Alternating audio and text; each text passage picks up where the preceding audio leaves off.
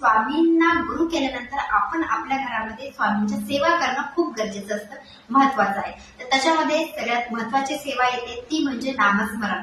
आपल्याला दिवस रात्र ज्यावेळेस आपण काम करत असतो त्या कामाच्या आधी स्वामींचं नाव घ्यायचं आहे, श्री स्वामी समर्थ आपल्याला म्हणायचं आहे, नंतर कामाची सुरुवात करायची.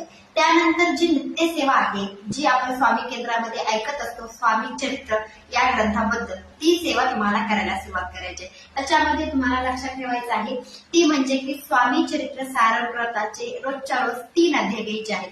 म्हणजे उद्या आजपासून जर सुरुवात केली तर आज तुम्हाला 1, 2, 3, उद्या 4, 5, 6 अशा रीतीने तुम्हाला 21 अध्याय वाचन तुमच्या घरामध्ये करायचं आहे.